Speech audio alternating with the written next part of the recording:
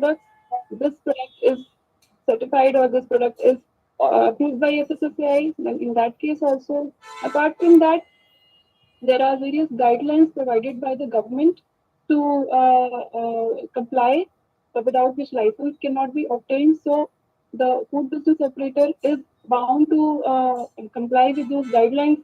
So yes, there's put to the confidence कि FSSAI ने इसको अप्रूव किया है, ये इतने सारे पैरामीटर्स को कंप्लाई करता है, तो product will be safe for consumption. And there is a support from the government side also. The one who has taken the license, the food business operator, जिसने license ले लिया है, तो अब now that is under the purview of the FSSAI. So there is a support from the government side also. There is a increase in the brand credibility also. जो consumer का भरोसा होता है brand के ऊपर. सबसे पहले अच्छा FSSAI का license लगा है तो safe होगा. First thing that consumer can make out. There is an informed choice. Lot of things like nutritional information, allergen जो हमारी guidelines में, हमारी regulations में दी गई हैं, so they all have to be complied with. So yes, when it comes to the mental, it is important. I think this is so important, Deepa. No business is done without FSSAI's approval. FSSAI is supporting, and it's a very transparent system where the consumer also can make an informed choice, like you rightly said, this is safe food and you can consume it. We are vouching for it. So that's really important for the food business operators to understand. And how do they apply for this license? Is it like really difficult?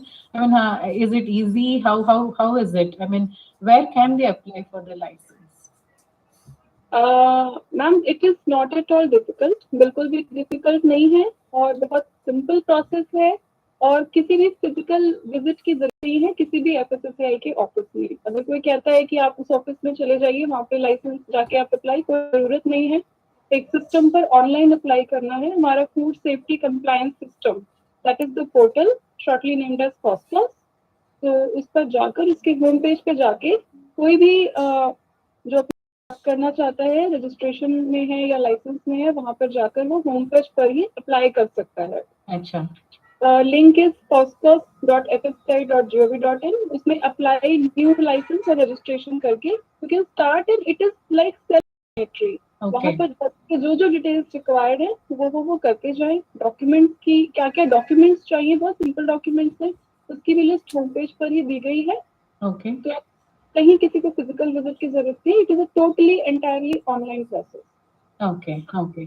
So please note कर लें फॉस्कॉस का website, जैसे दीपा ने बताया कि फॉस्कॉस website पे you can very comfortably log in, and there is a clear document which takes you step by step कि आपको कैसे लाइसेंस या रजिस्ट्रेशन के लिए अप्लाई करना है. It's a very transparent system, Deepa. That's what I understand. तो ऐसा कोई ये नहीं है कि इट्स नॉट सो कॉम्प्लिकेटेड कि नहीं हम लाइसेंस के लिए अप्लाई नहीं कर पाए क्योंकि the system was complicated. It's quite a straight forward. It's very self-explanatory, ma'am. Everyone, to a layman also, even the definitions of the food business operator जो KOBs हैं, कोई रजिस्ट्रेशन में कोई टी स्टॉलर है, कोई पेटी रिटेलर है, कोई हॉकर है या कोई डिस्ट्रीब्यूटर है, कोई मतलब जिस भी कैटेगरी में वो अप्लाई करना चाह रहा है, तो वो बहुत डेफिनेशंस की आप अच्छा ये कर रहे हैं, आपका इतना टर्नओवर रहेगा, एक एस्टिमेट, उसके according you will fall under that category. You can apply and can keep proceeding. Right. इसके अलावा अब जैसे कई बार होता है कि इंस्टेंट बिजनेस जैसे हम लोग want to kind of start, या वी फॉरगॉटन कि मतलब इंफ्रास्ट्रक्चर बन गया बट उस बीच जो है हमने लाइसेंस या रजिस्ट्रेशन के लिए अप्लाई नहीं किया, वी मिस्ड इट आउट. तो is there any instant issuance system in FSSAI जहाँ पे we can we are eligible, we can apply? Yes, ma'am. We last year only we have streamlined, like FSSAI has streamlined the instant license or registration issuance mechanism known as Tatkal. So anyone who instantly wants this license, कि like अब एकदम चाहिए, business loss ना हो और जो भी reasons हैं, तो उसके लिए on homepage only, on this process portal only, there is a first tab, apply for तत्काल license or registration. उस पर जाकर वो अप्लाई कर सकते हैं। लेकिन इसका ध्यान रखने वाली बात ये है, जो भी हाई रिस्क बिजनेसेस हैं, जैसे मिल्क है, मीट, फिश है, वो उनको नॉर्मल प्रोसेस ही करना पड़ेगा। जो भी लो रिस्क बिजनेसेस हैं, वो कैटेगरी टैब पर क्लिक करते ही वो सारी क्यूबीज ओपन हो जाती हैं। जैसे कोई तो जैसे कि कौन से कैटेगरीज होंगे जो कि लो रिस्क वाले होंगे? लो रिस्क वाले कैटेगरीज होंगे जिसमें ज्यादा हाई रिस्क नहीं है। तो जैसे फॉर एग्जांपल में भी हॉकर्स या चाय का दुकान है, ऐसा कुछ? फेरी वाला है, चाय वाला है और रिटेलर है सिंपल उसके पास। So that is very self-explanatory. Storage है विदाउट एनी जिसको बहुत एडवांस मैकेनिज्म्स नहीं चाहिए, टाइम कोल्ड होल्डिंग की जरूरत नहीं है, ऐसा कुछ स्पेसिफिक रिक्वायरमेंट नहीं है। जी, कोई डायरेक्ट सेलर है, इवन एक्सपोर्टर्स वगैरह हैं जो मतलब इस तरह के जिनमें कोई रिस्क वाला बिजनेस नहीं है कि ह्यूमन कंजम्पशन, ह्यूमन सेफ्टी या जो है वो फूड सेफ्टी कॉम्प्रोमाइज हो रही है, तो इन दैट केस वो लोग कर सकते हैं। ओके, तो मतलब तत्काल सिर्फ रेलवे टिकट्स नहीं, बट FSSAI लाइसेंस भी तत्काल में मिल सकता है, राइट?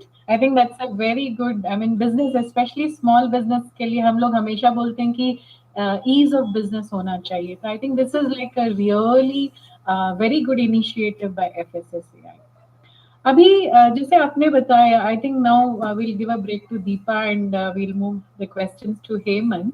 हेमंत, क्या आप बता सकते हैं, जैसे I think it will be very good if we can understand a little more about कि रजिस्ट्रेशन क्या होता है और सेंट्रल लाइसेंस या लाइसेंस क्या होता है। पहले तो रजिस्ट्रेशन और लाइसेंस, क्योंकि आई थिंक ये काफी लोगों को जो है ये मतलब कंफ्यूजन होता है कि मैं रजिस्ट्रेशन के लिए अप्लाई करूं या लाइसेंस के लिए।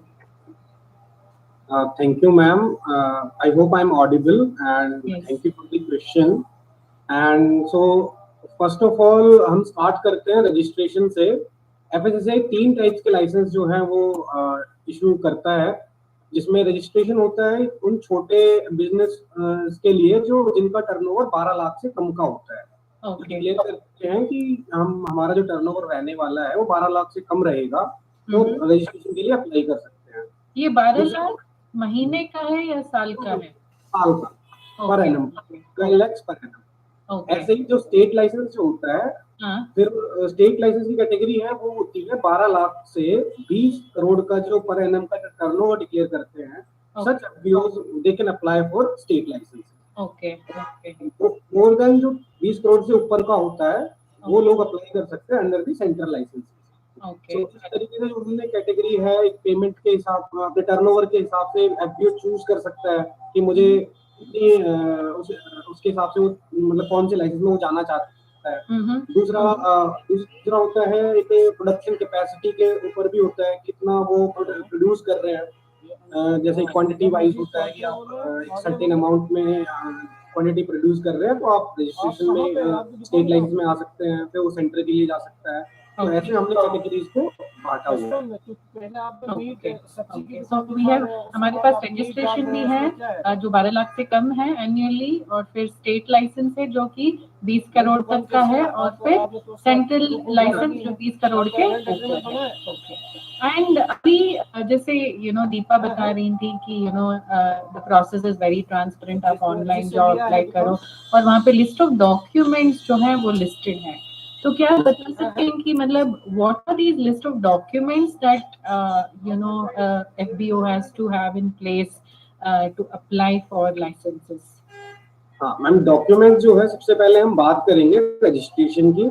रजिस्ट्रेशन के लिए आपको सिर्फ 3 डॉक्यूमेंट चाहिए होते हैं। एक तो आपका फोटो, दूसरा आपका government issued photo ID such as Aadhaar, PAN, voter ID card, और तीसरा होता है प्रूफ ऑफ प्रेमाइस, यानी जिस प्रेमाइस पे वो लाइसेंस लेना चाहते हैं उसका प्रूफ।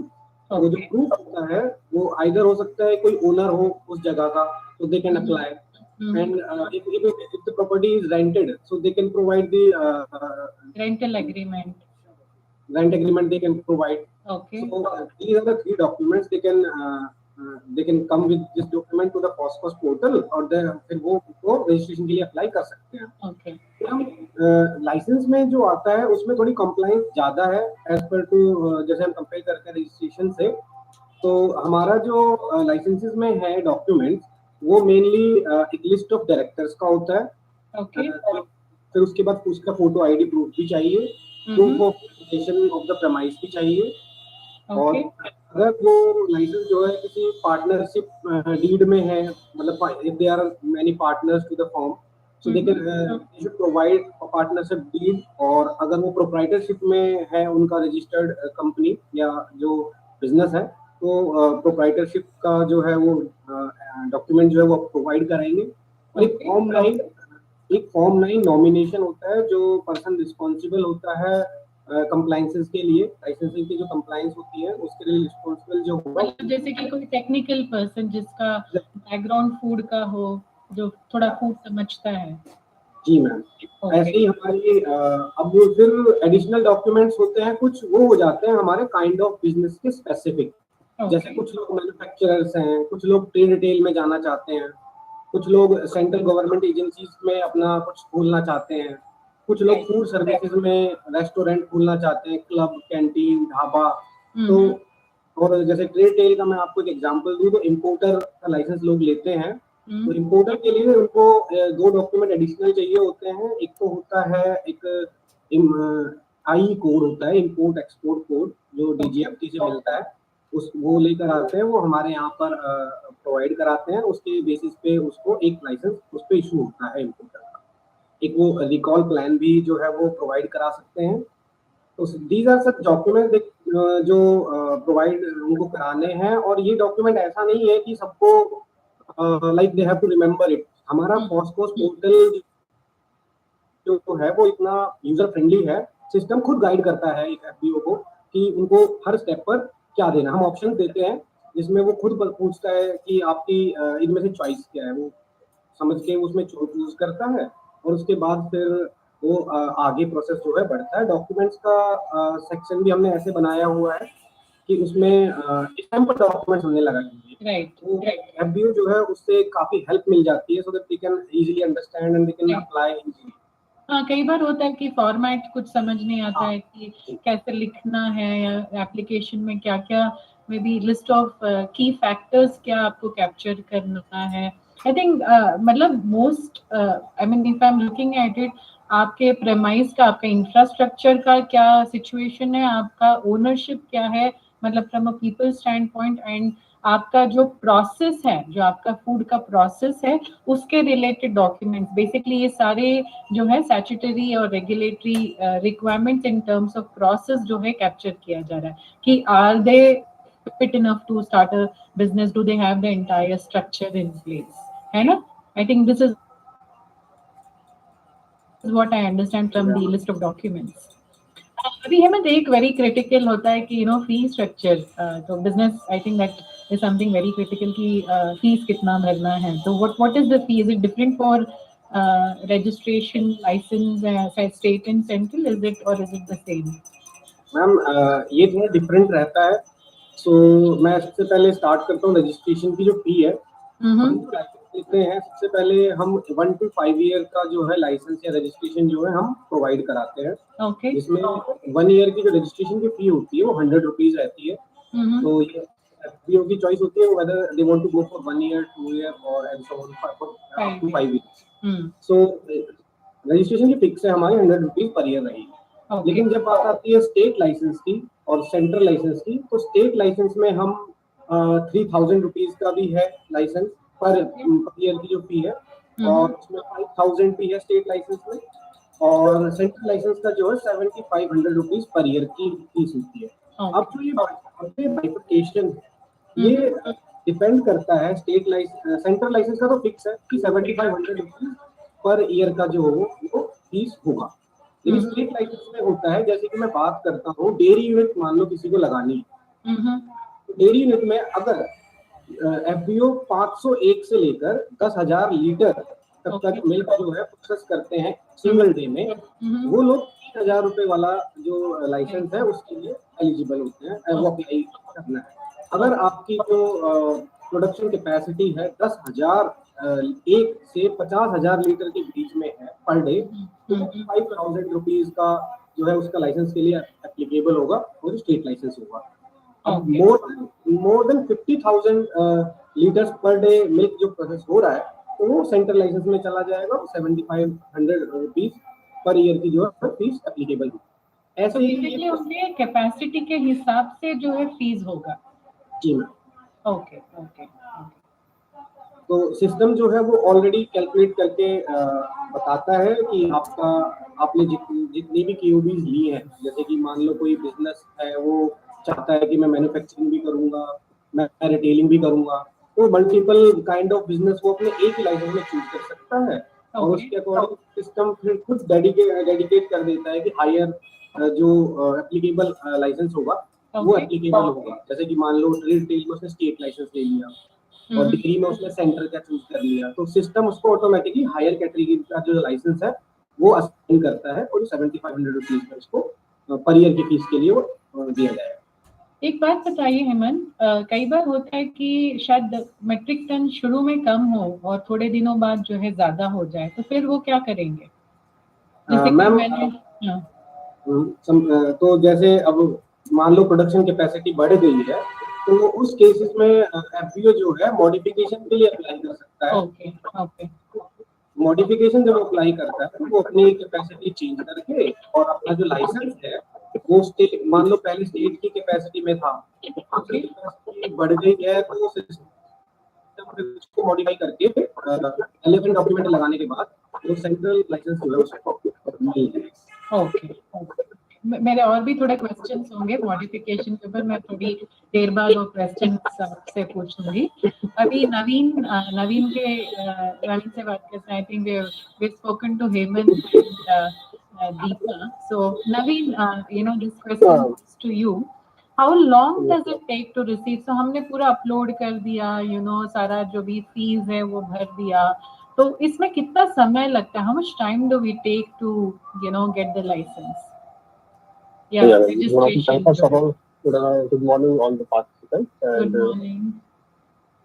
हाँ जी, तो इसमें मैम क्या एक डिफरेंस है कि whether you have applied for a registration or a license, so time depends on the difference. So first of all, I will talk about the registration process. Okay. Registration process काफी simple है। इसमें जो maximum time हमारा लगता है, once you have submitted all 2 to 3 documents which are required, 7 days के अंदर, generally 7 days के अंदर आपका रजिस्ट्रेशन का प्रोसेस कंप्लीट हो जाता है। ओके। और जो अधिकतर जो रिक्वायरमेंट है टुवर्ड्स द लाइसेंसिंग प्रोसेस, इसके अंदर प्रोसेस ये है कि फिलहाल once you have submit all your documents, तो जो लाइसेंसिंग अथॉरिटी होती है दे स्क्रूटनाइज विदिन फर्स्ट जो क्वेरी रेज कर सकते हैं 15 डेज के अंदर में, वो अपना जो भी उनको क्वेश्चंस हैं या फिर फर्दर उनको कुछ डाउट्स है from the applicant, and applicant को अकॉर्डिंगली टाइम मिलता है 30 डेज के आसपास तक कि they can reply back in 30 days. Okay. तो वंस ये सब प्रोसेस हो जाता है तो 60 डेज के अंदर आपका लाइसेंस ग्रांट हो जाता है। ओके। जैसे कई बार होता है लाइक यू सेड कि मे बी कोई डॉक्यूमेंट अपलोड किया है बट वो सही डॉक्यूमेंट नहीं है, तो how will the days be counted? Is it from the day that perfectly आपने सारा डॉक्यूमेंट अपलोड किया उसके बाद विद इन 60 डेज, या from the day that I have sent my application? कैसा, मतलब कैलकुलेशन कैसा होगा? कैलकुलेशन ये है कि जब आपने डॉक्यूमेंट्स सबमिट कर रहे हैं, तो फॉर एग्जांपल लेता हूँ कि आपने किसी का जैसे हेमंत कर लिया, उन्होंने बताया कि मिल्क का उन्होंने एग्जांपल लिया था, लाइसेंसिंग का रिक्वायरमेंट फीस, तो मिल्क का कोई मान लीजिए यूनिट शुरू करना चाह रहा है, तो फर्स्ट वो अपना एप्लीकेशन फर्स्ट टाइम पे करेगा और इनिशियली जो डॉक्यूमेंट्स जो भी उस कैटेगरी के हिसाब से रिक्वायर्ड है वो उसके साथ सबमिट करेगा। का पहला स्क्रूटनाइज करेगी। अगर सपोज करिए कि उनको एक रिक्वायरमेंट होता है कि आपको सोर्स ऑफ मिल्क का देना पड़ता है डॉक्यूमेंट की from where you are procuring that milk, उनको अगर उसमें से फर्दर डाउट है तो क्वेश्चन आपसे पूछेंगे, आप फर्स्ट की लॉगिन के थ्रू आप उसको रिप्लाई करेंगे और रिप्लाई के अंदर ये रहेगा 30 डेज का आपको टाइम पीरियड मिलता है। उसको 30 डेज में अगर आपको रिप्लाई कर दिया है तो फर्दर वो उसको एनालिसिस करेंगे, अगर वो सेटिस्फाइड है उससे तो उसके बाद अगर, क्योंकि मिल्क एक हाई रिस्क कैटेगरी का प्रोडक्ट है तो इसमें प्री इंस्पेक्शन भी होता है। प्री इंस्पेक्शन हो रहा है तो आपका जो डाउट था कि ये जो डे काउंट कब से होता है, डे मैम जब होता है जिस दिन आपका अथॉरिटी आपके सारे डॉक्यूमेंट सेटिस्फाइड है, फ्रॉम दैट डे वो काउंटिंग स्टार्ट होती है कि उससे 60 पीरियड से आपका लाइसेंस स्टार्ट होता है। क्योंकि कई बार होता है कि मैंने अप्लाई कर दिया एंड देन मुझे नहीं मिला, 60 दिन हो गया, तो you are saying let's just reconfirm to everyone कि from the date all the satisfactorily the documents are uploaded as per the FSSAI requirement, from that day onwards the 60 days starts off. Yes ma'am, yeah. Okay. तो एक बात बताइए, कई बार होता है जैसे आप मिल्क के बारे में बात कर रहे हैं, तो यू नो चिलिंग सेंटर्स एक होते हैं, फिर मैन्युफैक्चरिंग सेंटर्स एक होते हैं जहाँ पे यू नो आप मिल्क या यू नो या कर्ड या घी या कुछ प्रोडक्शन कर रहे हैं। तो क्या एक जो बिजनेस ऑपरेटर है वो चिलिंग यूनिट एंड मतलब जैसे ट्रांसपोर्ट एंड द मैन्युफैक्चरिंग के मल्टीपल लाइसेंसेस कैन, मतलब प्रोडक्ट्स जैसे kind of business KOP can be defined under one license, या उसको अलग अलग लाइसेंस लेना होगा हर बिजनेस के लिए? मैम डिपेंड करता है, नहीं लाइसेंस आपका एक ही रहेगा। फॉर एग्जाम्पल कि आप मैन्युफैक्चरिंग का भी काम कर रहे हैं और उसमें अगर आपने आपका जो ट्रांसपोर्टेशन के लिए व्हीकल्स हैं वो अगर आपके खुद के हैं, तो in the same license that applicant can add different kind of POBs. आप मैन्युफैक्चरिंग भी कर सकते हैं, आप ट्रांसपोर्टेशन का लाइसेंस भी ऐड कर सकते हैं, और चिलिंग यूनिट है उसका अपना सेपरेट एक अलग से लाइसेंस है, बट वो सेम लाइसेंस के अंदर they will all be added, club together हो सकता है, तो अलग से अप्लाई कर देंगे, but at the same time या प्लीज मॉडिफिकेशन अगर फ्यूचर में जैसे सपोज करिए स्टार्टिंग उन्होंने करा है कि सिंपल एक चिलिंग यूनिट से स्टार्ट किया है, and the future they want to manufacture और प्रोसेस दैट मिल्क आल्सो, तो उनको फ्यूचर में मॉडिफिकेशन करवाना पड़ेगा उसके लिए अलग से, उसका जो फीस है एंड अगर उसके लिए डॉक्यूमेंट की रिक्वायरमेंट्स अलग होगी, बिकॉज अगर मैन्युफैक्चरिंग कर रहे हैं तो अपना वो प्लांट सेटअप करेंगे, उसके अंदर मशीनरी इन्वॉल्व होगी, तो उसके जो अलग से रेगुलेटरी जो भी रिक्वायरमेंट्स हैं वो अलग से डॉक्यूमेंट इन फ्यूचर मॉडिफिकेशन को अप्लाई करके वो ऐड करवा सकते हैं सेम लाइसेंस के अंदर। ओके, सो मतलब जैसे कि मैंने शुरू किया चिलिंग सेंटर से और फिर बाद में मैंने अपना खुद का प्रोसेसिंग यूनिट किया, तो जरूरी नहीं है कि मुझे दोबारा लेना पड़े, उसी लाइसेंस नंबर में आप इसको भी आप ऐड कर लेंगे and that modification can be done based on the जो भी है मतलब बिजनेस है उसके हिसाब से आप चार्ज करेंगे। Yes, ma'am. Is there any specific form that has to be followed for this? Like मतलब ये जो एडिशनल मतलब जैसे केओबी हमने ऐड किया, कुछ स्पेसिफिक ऐसा है या does the FOSCOS guide you into you know specific direction for this? Specific forms अलग से नहीं है, वही जो आपने फर्स्ट टाइम जब अप्लाई करेंगे तो फॉर्म भी जो हमारा खुलता है जिसमें आप सारी इन्फॉर्मेशन हमारी देते हैं, आपको क्या क्या आपको कैटेगरीज में अप्लाई करना है, कौन सी काइंड ऑफ बिजनेस करना है, तो फर्दर आप जब फ्यूचर में मॉडिफिकेशन करेंगे तो उसी फॉर्म के अंदर आपको चीजें ऐड करनी होगी। ऑटोमेटिकली आपको फॉस्फोरस सिस्टम बहुत अच्छे से डेवलप हो चुका है, वो आपको ऑटोमेटिकली आपको गाइड करेगा और वही डॉक्यूमेंट आपसे मांगेंगे वहाँ पे जो आपको आपने प्रोडक्ट ऐड किया है या जो भी काइंड ऑफ बिजनेस आप चूज कर रहे हैं उसी हिसाब से आपको वो फॉर्म्स या डिटेल्स मांगेगा, सारी डिटेल्स जो नहीं मांगेगा। ओके ओके ओके, बट एक बात बताइए कि कई बार होता है कि आई एम सेम मैन्युफैक्चरर और मुझे एक्सपेंशन करना है, जैसे कि मतलब मैं अभी जैसे कर्नाटका में, I am based out of Karnataka, I also want to probably capture Tamil Nadu और Kerala, so what happens then? I mean licensing फिर सेम लाइसेंस नंबर के साथ कर सकते हैं या अलग अलग स्टेट्स में अलग अलग आपको लेना पड़ेगा?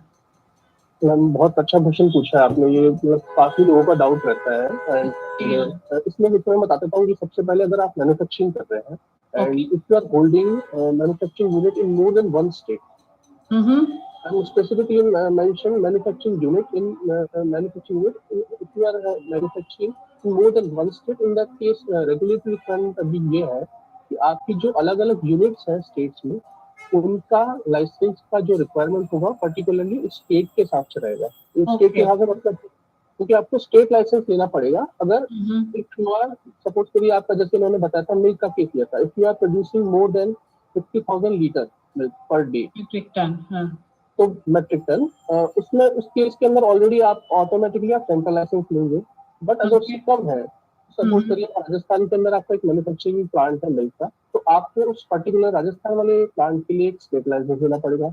एक आपका हरियाणा में है तो हरियाणा के लिए आपको स्टेट लाइसेंस लेना है आपको, बट अगर आप मोर देन 2 या 2 से ज्यादा स्टेट में अगर आप अपना बिजनेस कर रहे हैं, मैन्युफैक्चरिंग कर रहे हैं, तो आपको किसी एक मैन्युफैक्चरिंग प्लांट को या फिर एक अलग से ऑफिस सेटअप करके उस ऑफिस पे आपको एक थर्ड ऑफिस का लाइसेंस लेना मैंडेटरी है फिलहाल। Okay okay.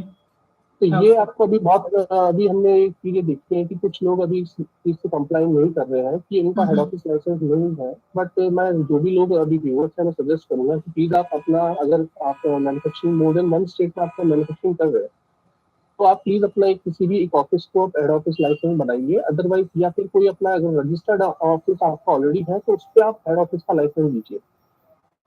तो फ्यूचर में क्या होता है कि हमारे को अगर कभी भी कुछ पूछना होता है तो मल्टीपल स्टेट्स में अलग अलग क्वेरी जाने से बेटर है कि हम आपको डायरेक्टली एक जगह पे कांटेक्ट कर सकते हैं। बट एक बात बताइए नवीन, जैसे आपने बताया कि 50,000 मेट्रिक टन के ऊपर अगर है तो सेंट्रल लाइसेंस होगा। अब जैसे मिल्क का फॉर एग्जांपल होता है कि मिल्क प्रोडक्शन मतलब मैन्युफैक्चरिंग जो है मल्टीपल स्टेट्स में है और हर यूनिट का जो है 50 मेट्रिक टन से ऊपर है, तो सब हर एक यूनिट का फिर उनको सेंट्रल लाइसेंस ही लेना पड़ेगा। यस मैम, उस केस में भी सिचुएशन में do they need a head office with central licence? They still need it. Yes, yeah, they still need it. The thing is that कि आप more than 1 state में आप manufacturing कर रहे हैं, whether single unit is possessing central license or state license, you still have to make one office or a registered office and take head office license on that particular premise. Okay, I think this is very, very important and clear. It's really good. I'm so glad that you clarified this point because ये बहुत बार होता है कि they only take central license for the production unit and not a combined central license. Yes, ma'am. Yeah. So we'll give a break to you. I've been shooting so many questions to you. Yeah. So let's talk to Deepa. I think we've given a good break to her. So Deepa, my question to you is, what license is needed if the product is manufactured by a third party? Because a lot of times we see कि manufacturing जो है third party के through होता है and maybe it's just marketing through the central head office. So ऐसे situation में how do we go about with it? Thank you, ma'am. Thank you for coming again.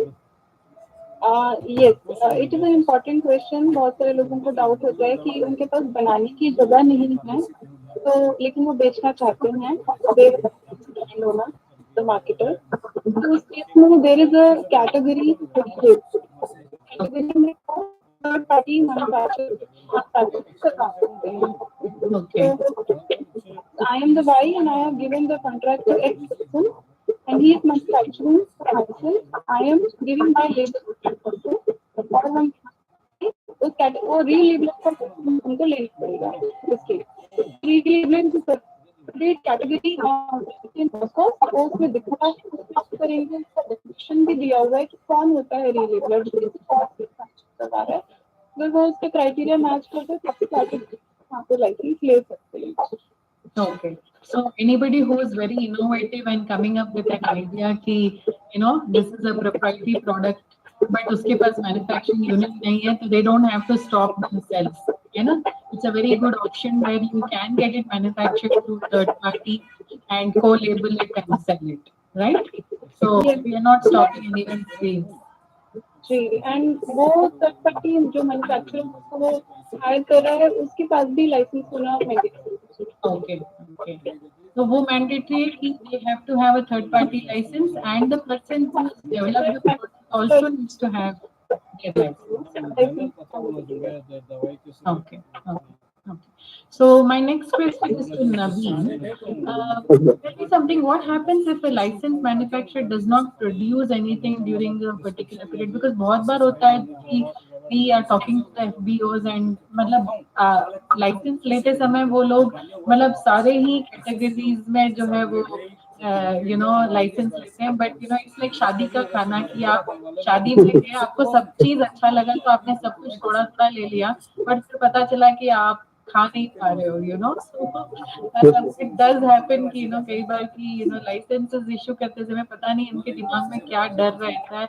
वो लोग हर कैटेगरी में they are very ambitious and they take, but it's, if you look at it, they might just be manufacturing 1 or 2 products, and जो बाकी 10 products है वो that is like in the pipeline कि आगे जाके हम लोग करेंगे. तो ऐसे situation में you know what do you suggest?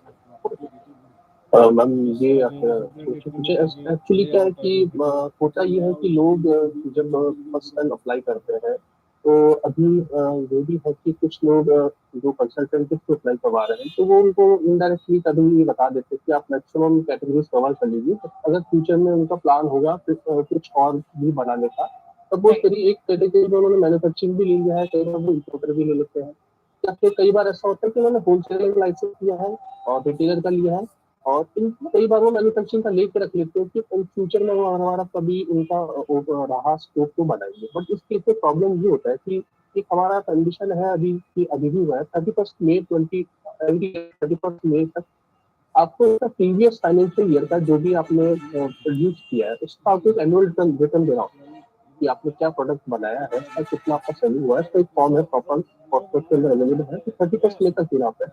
But होता कई बार ये है कि वो लोग जिन्होंने होलसेलर रिटेलर का लिया है और कुछ मैन्युफैक्चरिंग का उन्होंने ऐड कर लिया है या इम्पोर्टेड कैटेगरी ऐड कर ली, उनको लगता है हमने कुछ बनाया नहीं तो हमको कोई जरूरत नहीं है. ऐसा नहीं है, अगर आपके लाइसेंस में वो कैटेगरी है then you are required to submit an annual return. नहीं करते हैं तो अभी हमारा ये है कि पर डे आपका 31 में अगर आप लिमिट क्रॉस कर चुके टाइम डेडलाइन जो है पर डे 100 रुपीज की पेनल्टी आपकी लगनी स्टार्ट हो जाती है. It goes till 5 times your annual जो मैक्सिमम पेनल्टी है वो 5 टाइम्स आपकी लाइसेंस फी पे दिखती है. तो आपको तो अभी हमने रिसेंटली बहुत सारे एफडीओ को हमने मेल करना शुरू किया है जिन्होंने नहीं था. ये आपकी कंडीशन ऑफ लाइसेंस है और आपकी जब लाइसेंस मिलता है तो उसके अंदर रिटर्न है लाइसेंस के नीचे आपको पढ़ना होता है ये सब चीजें रिक्वायरमेंट है. तो ये एक तरह से आपकी पेनल्टी लग सकती है. तो बेटर है कि आप वही कैटेगरी स्टार्टिंग में लीजिए जिसमें आपको लगता है कि आप अभी काम कर पाएंगे, बिकॉज हमेशा आपके पास मॉडिफिकेशन का स्कोप हमेशा अवेलेबल है. आपको जब भी लगता है कि आप पर्टिकुलरली ये अगर जैसे जो एनुअल रिटर्न वाला है ना अकाउंट कुछ लोगों को कंफ्यूजन हो कौन कौन सी कैटेगरी के अंदर मैनेज किया मैन्युफैक्चरर मैन्युफैक्चरर में आपका रीपैकर और रीलेबलर ये दोनों भी आते हैं. इस केस में भी आपको भरना होगा क्योंकि आप डीलिंग मैन्युफैक्चरर है. अगर आप इम्पोर्टर है तो इस केस में अगर आप एक्सपोर्टर मैन्युफैक्चरर है तब भी आपको एनुअल रिटर्न पे करना होगा. तो कुछ पर्टिकुलर कैटेगरीज में जिसमें मैंडेट की तरफ से क्या पेनल्टी दी तो यही सजेस्ट किया जाएगा कि अगर आप इन कैटेगरीज में कुछ बना रहे हैं तो आप प्लीज 31 मई से पहले तो उसके जो लास्ट फाइनेंशियल ईयर है उसका एनुअल रिटर्न आप टाइमली सबमिट करें ताकि आपकी पेनल्टी ना लगे. बिकॉज आई थिंक बहुत बार होता है काफी बार होता है जो है जैसे मेरे पास लोग आते हैं फूड बिजनेस ऑपरेटर और बहुत मतलब परेशान होते हैं कि हमको जो है एनुअल रिटर्न्स में हमने भरा नहीं तो हम ये मैन्युफैक्चर कर नहीं रहे हैं तो पेनाल्टी लगा है, अब हम क्या करें. तो आई think this is very important कि they understand the responsibility and accordingly they choose. और कई बार ये भी होता है कि लोग जो है हम जब रिव्यू करते हैं तो जो है वो केओबी कवर नहीं किया होता है. जैसे कि मिलिंग यूनिट है मिल हो रहा है लेकिन साथ में रिटेल का दुकान भी खोल रखा है कि आटा वहीं फ्रेश बनाएंगे और वहीं पे आटा बेचेंगे, बट उन्होंने सिर्फ मिलिंग का मैन्युफैक्चरिंग का लिया होता है, रिटेल का नहीं लिया होता है. I think both categories need to understand कि अगर आपने एक्स्ट्रा केओबी ऐड किया है तो आपको मॉडिफाई करना है. आपने अगर कुछ लिया है केओबी बट आप मैन्युफैक्चर नहीं कर रहे हो या आपको काम नहीं कर रहे हो तो आपको मॉडिफाई करना है बिकॉज इन एनुअल रिटर्न में आपको जो है प्रॉब्लम आ सकता है. यस मैम यही है. अच्छा बिल्कुल मैम सही बोला आपने. यही है कि आप अगर आप वो चीज मैन्युफैक्चरिंग कर रहे हैं तो भी आप इसको ऐड करिए, अदरवाइज आपके ऊपर जो रेगुलेटरी कंप्लायंसेस बढ़ जाएंगे. नेसेसरी अगर जो कैटेगरीज आपको रिक्वायर्ड नहीं है वो जस्ट मैं यही जितना मैंने देखा है वो उसका रीजन यही है कि माइंडसेट ये रहता है कि हम एक ही बार लाइसेंस में बहुत सारी क्वेरीज ऐड कर लें ताकि हमारी एप्लीकेशन फीस बच जाए.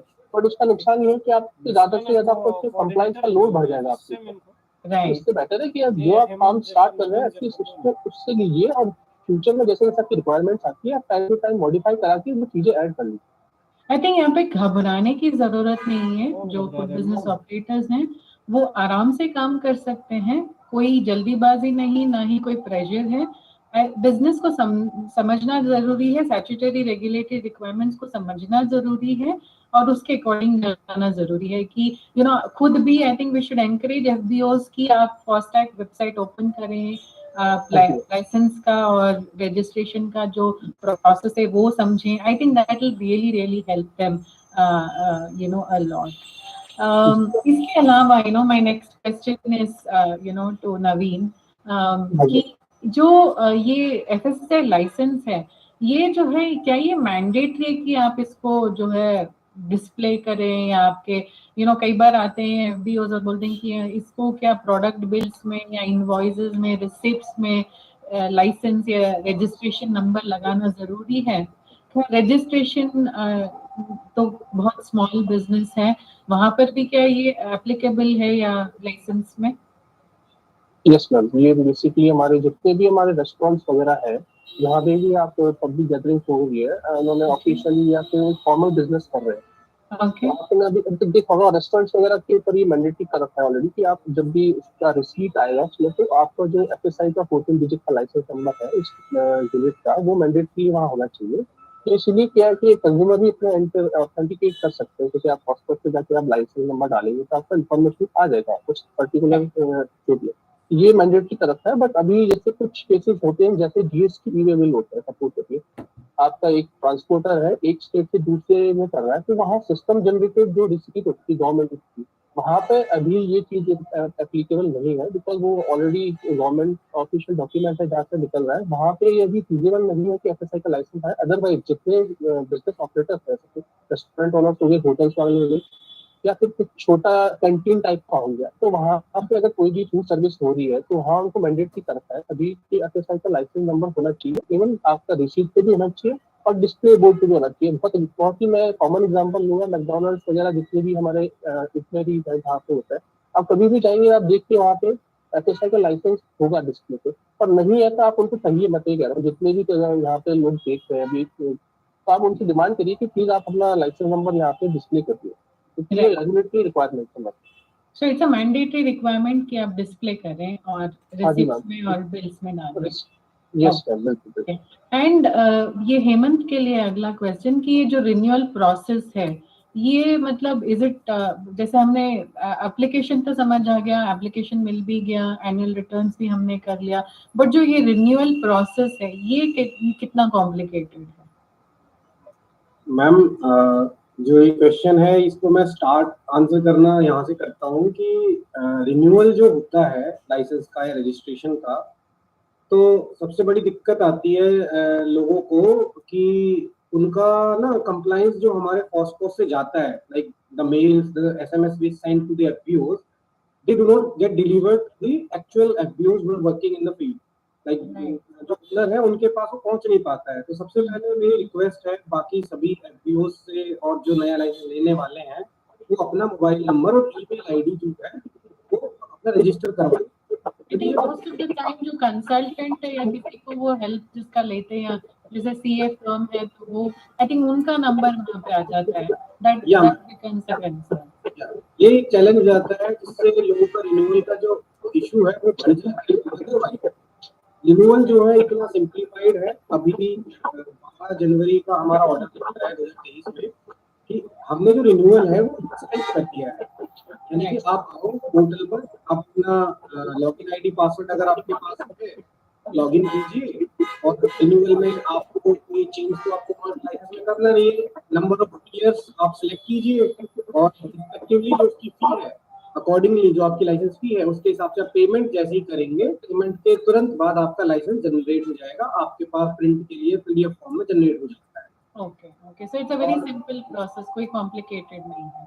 या एंड सेकेंडली जब कुछ इशू आते हैं लोगों को, जैसे कि मान लो कि आपको पहले बता देता हूँ मैं आपको कि जो रिन्यूअल होता है आपको जिस दिन एक्सपायरी डेट है उस दिन तक आप अप्लाई कर सकते हैं और कोई पेनल्टी नहीं है एक्सपायरी डेट तक. ओके जी. और अगर मान लो आज 14th ऑफ जून है तो अगर आज मेरा रिन्यू मतलब लास्ट डे ऑफ रिन्यूअल है, टिल टुडे आई कैन मतलब without any penalty apply for it. अगर कल करूंगी तो क्या होगा? मैम अगर कल करेंगे तो कल से हमारी पेनल्टी का जो है वो एक पनिशमेंट टाइप जो है वो स्टार्ट हो जाता है आफ्टर एक्सपायरी।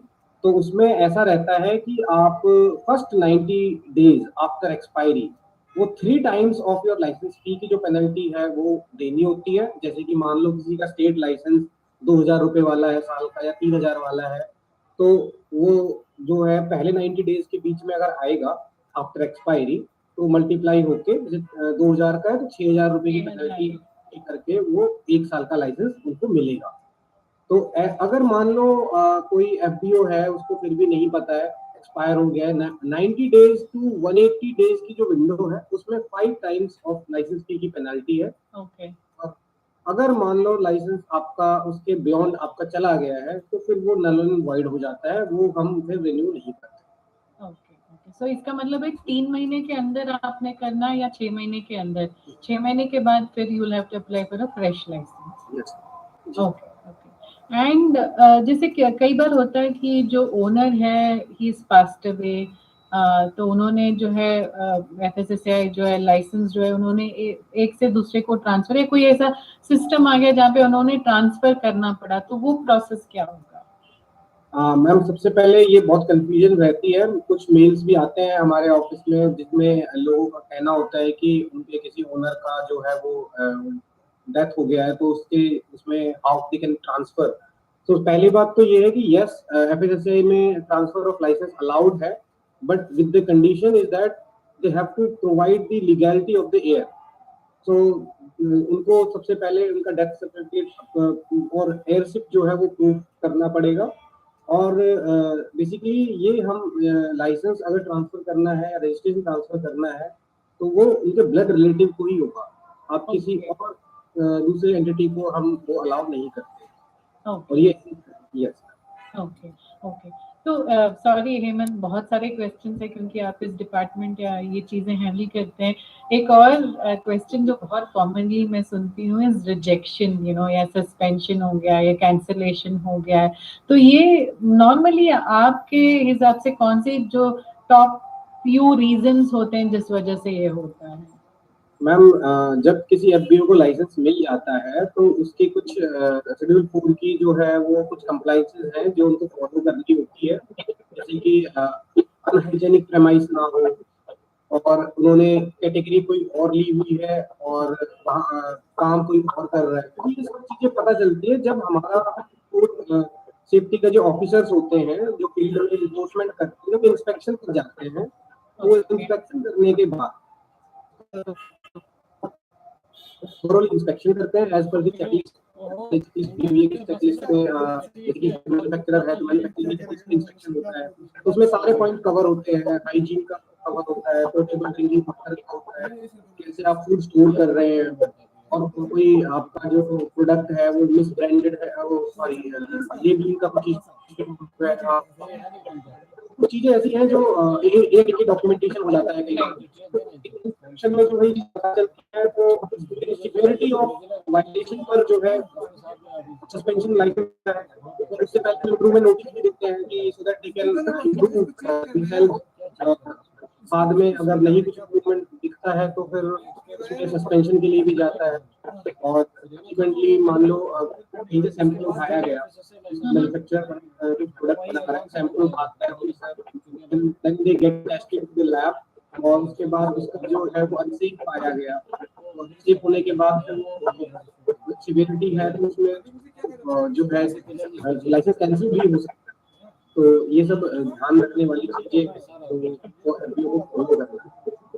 तो ये मतलब एक कोई सीरियस ऑफेंस हो सकता है जिसकी वजह से आपका कैंसिलेशन या सस्पेंशन हो रहा है, तो आई थिंक जिम्मेदारी बहुत जरूरी है कि आप अगर बिजनेस कर रहे हो फूड का तो आप वो सिस्टम को समझ के करें एंड रिस्पॉन्सिबिलिटी लें, और अगर कैंसिलेशन हो रहा है या इन्फॉर्मेशन नोटिस दिया जा रहा है तो आप उसको सीरियसली उसको समझिए और उस हिसाब से जो है आप अपना जो काम है वो। बट ये भी होता है कई बार यू नो कि गलती से कोई कैटेगरी अलग चुन लिया हो, यू नो कि एंड अगर वो जो है कैंसिलेशन हो रहा है उस वजह से, तो अब भी वो कि मतलब जैसे कि मतलब री लेबलर हैं लेकिन मैन्युफैक्चरिंग का दावा, और जब इंस्पेक्शन के लिए आया तो वो कुछ और ही था, तो एप्लीकेशन में समझ नहीं आया। हाउ डू दे गो? तो ऐसी जो कभी सिचुएशन के पास आती है ना, yes they can apply modification of their licence, वो लॉगिन करेंगे और उसके बाद वो डिजायर्ड जो केओबी है वो यूज करने के बाद जो है ठीक कर सकते हैं, लाइसेंस का जो उनका बिजनेस है उसको ठीक कर सकते हैं। इवन जब एप्लीकेशन हमारे ऑफिसर के पास आ जाती है स्क्रूटनी के लिए, तो ऑफिसर भी उनको गाइड करता है, बैक करता है एप्लीकेशन को कंप्लीट करने के लिए, क्योंकि हर बार नई एप्लीकेशन फाइल करेंगे तो मॉनेटरी जो लॉस है वो भी होता है एफबीओ का, तो वो चांस देते हैं so that they can revert back the application, तो चेंज कर सकते हैं और वो एप्रोप्रिएट केओबी करने के बाद प्रॉपर डॉक्यूमेंटेशन के साथ वो अप्लाई कर सकते हैं मॉडिफिकेशन की एप्लीकेशन है, और फिर वो जो ठीक हो जाए। So it's not very complicated. I think it's very simple कि अगर गलती से हमने कोई और केओबी चुन लिया है और it can be changed. It's basic whatever modifications तो कुछ पेनाल्टीज भी होते हैं क्या? मतलब if अगर FSSAI लाइसेंस नहीं लिया एंड बिजनेस कर रहे हैं, बहुत बार होता है कि दे डोंट इवन नो क्या है, FSSAI की जरूरत नहीं है, तो is there any penalty which is given to these people? या मैम, इसमें हमारे एफएसएस जो एक्ट है 2003 के अंदर, इसमें जो है मैक्सिमम जो पेनल्टी जो लिवाई हो सकती है इन केसेस ऑफ ग्रीवेंस ऑफेंसेस वो 10 लाख रुपीस तक हो सकती है, जो हमारा एडजुडिकेशन में जो डिसाइड होता है एडजुडिकेशन, और इसमें बिजनेस जो है प्रॉपर कंप्लीटली सील किया जा सकता है, क्लोज हो जाएगा। इवन अगर वो अनसेफ है और उसमें क्रिमिनल प्रोसीडिंग्स जो है वो भी स्टार्ट हो जाती है। Okay. So it can be criminal offense. Run a food business without license is a criminal offense. Without licence जो है उसमें उनको एक पहले हम देते हैं चांस अगर they can get into our system so that we can guide them how to जैसे एक स्टैंडर्ड ऑपरेटिंग प्रोसीजर के साथ अच्छा बिजनेस सेटअप कर सकते हैं। कभी जो है बेसिक चीज है और उसको बहुत ज़्यादा ध्यान देने का जरूरत है, उसको हम करते हैं गाइड ताकि वो उसको ठीक से रन कर सके। तो जैसे कि कंज्यूमर्स होते हैं, हमने बोला कि डिस्प्ले करना जरूरी है, हाउ डू दे रिकन्फर्म कि ये लाइसेंस वैलिड है नहीं है? How can they go about जो भी स्टेक होल्डर्स हैं, for example I want to onboard a supplier, I'm a manufacturer of say savories, अगर मुझे कोई मिल से अगर चावल का आटा खरीद, how do I validate whether ये जो लाइसेंस इन्होंने दिया है वो वैलिड है नहीं है, कैसे पता चलता है? सबसे पहले जो है हमारा पॉस्कोस का जो पोर्टल है, जैसा दीपा जी ने बताया, पॉस्कोस का वेबसाइट है, आप उस पे जाइए, विजिट कीजिए और वहाँ पर एक ऑप्शन दिया हुआ है हमने एफपीओ सर्च का, और एक वहाँ पर इसमें वो सर्च कर सकते हैं किसी भी एफपीओ की डिटेल, इसमें आप वो एप्लीकेशन लाइसेंस नंबर जो होता है पब्लिकली आप जैसे कि आप किसी रेस्टोरेंट गए, आपने वहाँ पर एक लाइसेंस जो है वो लगा हुआ होता है लाइसेंस सर्टिफिकेट, वहाँ से आपने लाइसेंस चेक किया, वो आप एफपीओ सर्च का जो हमारा टूल है पोर्टल पर वहाँ पर इंसर्ट करेंगे तो वहाँ पर उसकी डिटेल आ जाएगी कि ये whether this licence is active और इनएक्टिव। और ऐसे ही एक हमारी फूड सेफ्टी की ऐप भी है जो आप इंस्टॉल की, आप सभी से रिक्वेस्ट है जितने भी हमारे लिसनर्स हैं जो भी ज्वाइंड है, तो वो इस ऐप को डाउनलोड कीजिए और उसके थ्रू आप रजिस्ट्रेशन का जो है आप अप्लाई कर सकते हैं। आपको बहुत सारी इंफॉर्मेटिव जो इन्फॉर्मेशन है, कंप्लायंसेस हैं, दे can get it very easily. हमारे जो एफएसएसआई के ऑर्डर्स हैं वो आपको वहाँ से इजीली मिल जाएंगे, और वहाँ पर भी ये फंक्शनलिटी हमने दी हुई है जिसमें आप अपना 14 डिजिट का जो लाइसेंस नंबर है वो आप उसमें एंटर करेंगे तो उससे आपको पता चल जाएगा कि whether this license number is active और inactive. So it's a very good solution कि मतलब एक ऐप में आपको सारे डिटेल्स मिल रहे हैं, specially if you are a food business operator और आप मल्टीपल दूसरे फूड बिजनेस ऑपरेटर्स के साथ, सप्लायर्स के साथ आप काम कर रहे हैं, transporters, and I think this app food safety connect app is a very good app. So I think it's a very good. And yeah ma'am, one more thing is that कि अभी हमारा जो है लाइसेंस की जो आप copy देखते हैं तो उसमें क्यूआर कोड भी होता है। आप अगर उस क्यूआर कोड को सिर्फ स्कैन करेंगे अपने मोबाइल फोन से तो आपको नंबर डालने की जरूरत भी नहीं रहेगी। आपको सीधा स्कैन करेंगे तो वो ऑटोमेटिकली आपको दिखा देगा कि ये जो डिटेल है किसकी है, एक्टिव है कि नहीं है। कि अच्छा ये सॉल्यूशन भी हमने उसमें प्रोवाइड किया है। ओके सो डज मतलब जैसे अगर दूध वाला है वो दूध सिर्फ दूध बेच रहा है और डायरेक्टली बेच रहा है जैसे कस्टमर को, तो क्या उसको भी लाइसेंस रजिस्ट्रेशन लेना जरूरी है? जैसे छोटे मोटे से मतलब 10-15 गाय रखा होता है किसी ने और डायरेक्ट ऑर्गेनिक दूध या कुछ ऐसे बोलकर वो लोग बेचते हैं, तो इनके लिए भी क्या this is important they register?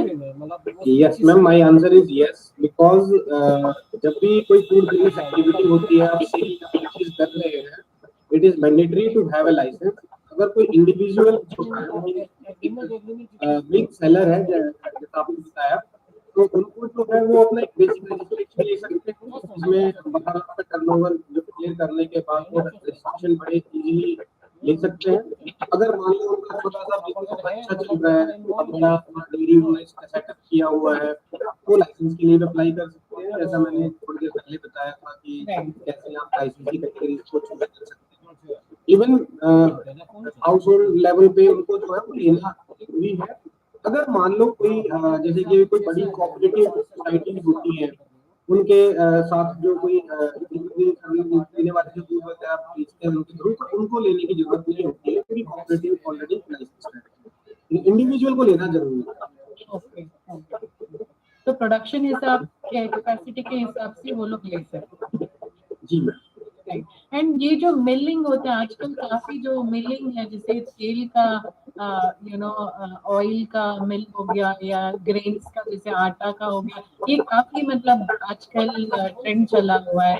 इसके लिए भी क्या जरूरी है उनको कोई रजिस्ट्रेशन लेना पड़ेगा या उनको लाइसेंस या central licence what would be applicable to mills? Ma'am जो मिलिंग यूनिट्स होती हैं ग्रेन्स की, तो इनमें ये ऑल सारी कवर होती है। और grain cereals and pulses mills units वो हमारे स्टेट लाइसेंस के अंडर कवर होती है। उनको स्टेट लाइसेंस जो है वो लेना है, जिनका कैपेसिटी है 2 मीट्रिक टन जाता है, तो वो उसके अंदर कवर रहते हैं। और उनको कैपेसिटी अगर मान लो ग्रेन्स और सीरियल पल्सेस को छोड़ के कोई दूसरी उनके जाते हैं, जैसे वेजिटेबल ऑयल प्रोसेसिंग पे जाते हैं, 2 मीट्रिक टन पर डे का कोई प्रोडक्शन है तो सेंट्रल लाइसेंस यूज कर सकते हैं। लेकिन जो ग्रेन्स है, सीरियल्स है, पल्स है, ये जो है ये वोनली जो है स्टेट लाइसेंस के अंदर कवर होती है। ओके सो स्टेट लाइसेंस लेना जरूरी है इनके लिए। ओके तो ये now I'll give a break to you. Last few questions only. I'll put the next question to Naveen.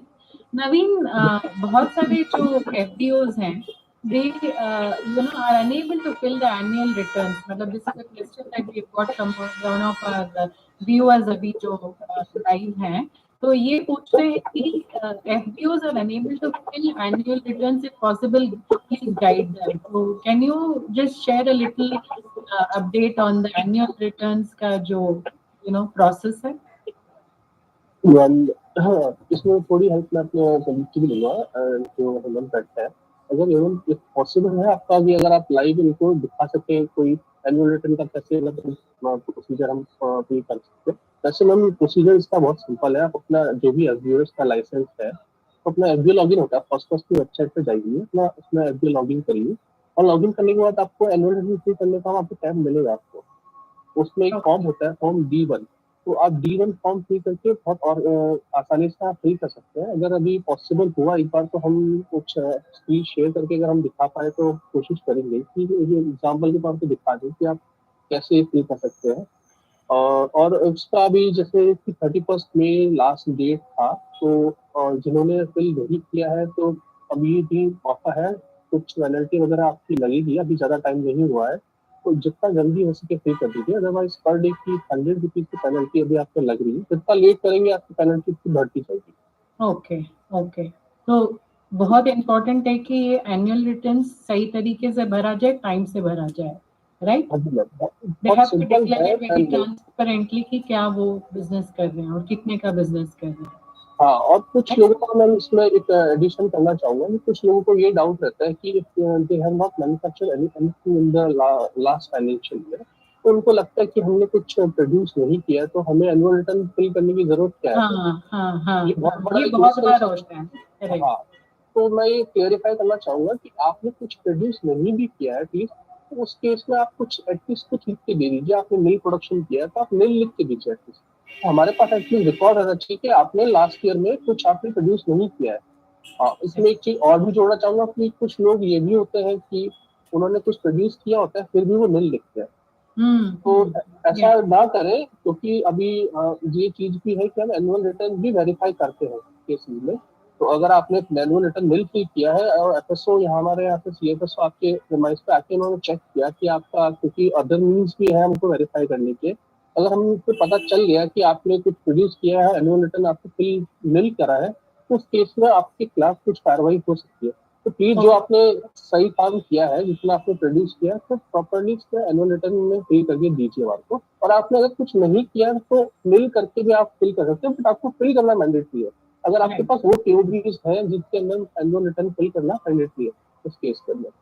तो बहुत जरूरी है कि मतलब डिक्लेयर किया जाए, अगर कहीं पे आप नहीं कर रहे हो तो डिक्लेयर करना जरूरी है कि हम मैन्युफैक्चर नहीं कर रहे हैं एंड नील है। I think that's very important to understand. Fill करना जरूरी है। Right, right. Thank you, Naveen. तो next question is to Deepa. I think we've given too long a break. एक और व्यूअर का क्वेश्चन है ये कि जैसे he is a man, he is growing fresh farm fresh vegetables. तो ये फ्रेश मतलब जैसे एक स्टेट में ग्रो कर रहे हैं but he is selling it in another state, तो क्या इनको मतलब यहाँ भी लाइसेंस या रजिस्ट्रेशन लेना और अगले स्टेट में भी लेना, या एक लाइसेंस के through they can sell it? What is the process? Yes, ma'am. Can you please pardon the question? The voice is slightly. Can you hear me? Yeah, I can hear you clearly. I'm saying he's growing fresh vegetables in one place and he's selling it in another state, two different states. Does he have to take license registration for both states? Okay.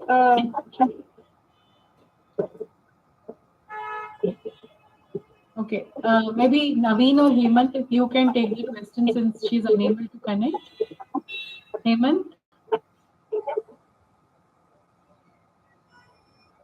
Yes, ma'am. That situation where there are two different states involved, like the fruit is or vegetable is grown in one state and being sold in another, तो दोनों जगह registration या licence लेने की जरूरत होगी या एक जगह में ले सकते? जी मैम, इसको आंसर करने के दो एस्पेक्ट्स हैं। जैसे कि अगर जो है फार्म टू प्लेट जैसे हम बोलते हैं, तो सबसे पहले बात है कि हम फार्मर्स को जो है लाइसेंस जो है वो हम हमारे रिव्यू में नहीं है, हम उनको नहीं देते हैं। ओके। तो सबसे पहले जो है जो प्रोडक्ट है वो फार्मर के थ्रू अगर आ रहा है, जो परचेज कर रहा है, आगे रिटेल करना चाह रहा है या एंड कंज्यूमर नहीं है, तो उसको लाइसेंस लेना बहुत जरूरी है और फार्मर को जरूरत नहीं है। तो अगर जहाँ पे आप सेल कर रहे हो वहाँ पे आपको लाइसेंस लेना है, retail licence, not for growing the fruits and vegetables, right? Okay. So one last question, maybe I'll post it to Naveen. Do homemade items, require license or registration? जो घर पे जैसे कई बार होता है, हम लोग अपार्टमेंट्स में रहते हैं तो वहाँ पे there are people who are like interested कि हमने ये बनाया and we want to sell. So do they need to kind of have some kind of a registration or yes ma'am, definitely ये एक मैम रिक्वायरमेंट है।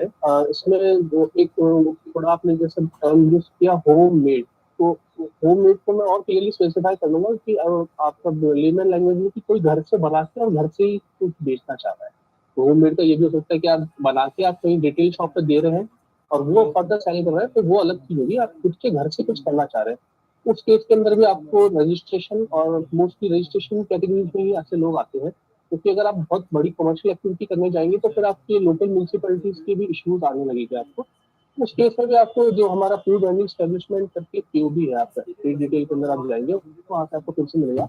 उस case में आपको वहाँ पे रजिस्ट्रेशन ही लेना पड़ेगा कुछ साथ में। और कुछ केसेस में होते हैं कि आपकी जो लोकल अथॉरिटी होती है वहाँ से भी एनओसी चाहिए होता है। कुछ स्पेसिफिक स्टेट्स की रिक्वायरमेंट है, फॉर एग्जाम्पल चंडीगढ़ के अंदर रिक्वायरमेंट है, उन केसेस में आपको अपने लोकल अथॉरिटी से एनओसी लेनी पड़ेगी।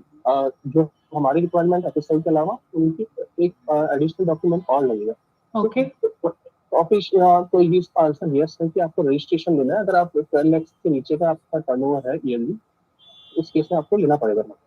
Okay, so it is mandatory कि अगर होममेड बिजनेसेस भी हैं तो रजिस्ट्रेशन लेना जरूरी है। जरूरी है, क्योंकि फूड एक्टिविटी अगर कहीं भी हो रही है, आप फूड एक्टिविटी करके उसका आपका जो गोल है कि किसी को बेचना, कंज्यूमर एंड के लिए अगर आप बना रहे हैं, तो फिर हर केस में आपको रजिस्ट्रेशन या लाइसेंस जो भी आपके ऊपर एप्लीकेबल है आपको लेना जरूरी है।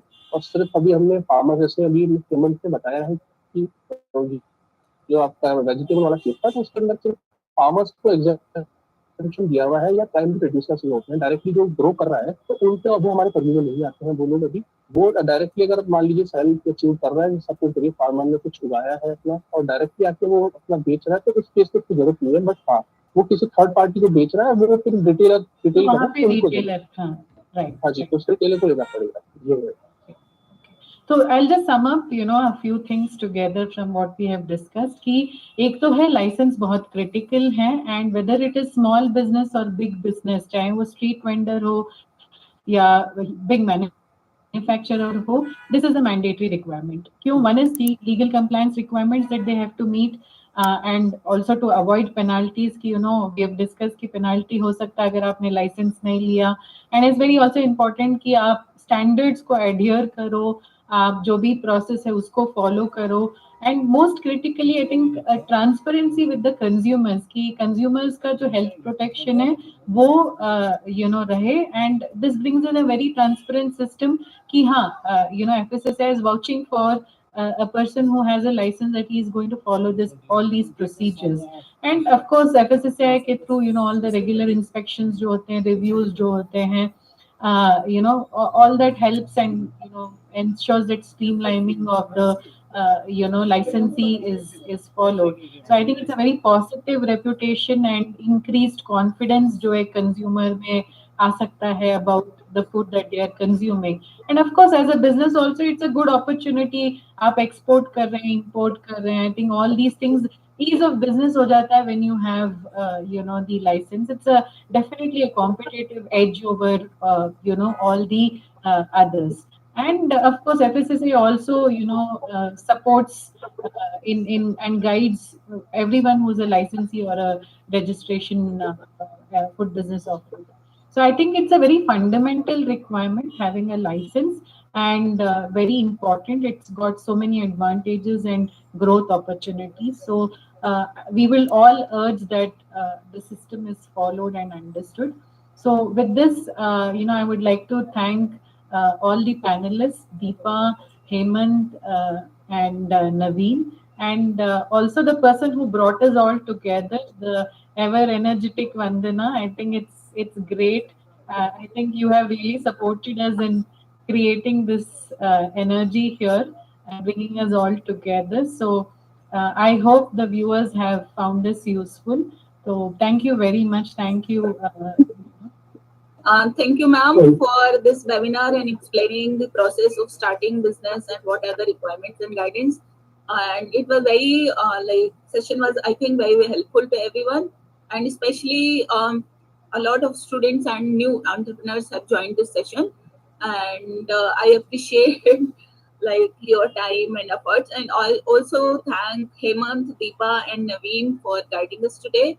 And I also thank all the participants who have asked these kind of questions and who are very, very energetic during this session and have made this entire webinar very, very successful. And let's meet next Saturday with new topic. Thank you. Thank you very much. Thank you, ma'am. Thank you, ma'am. Thank you. ma'am, for this wonderful session, and I hope we gather once again some other time.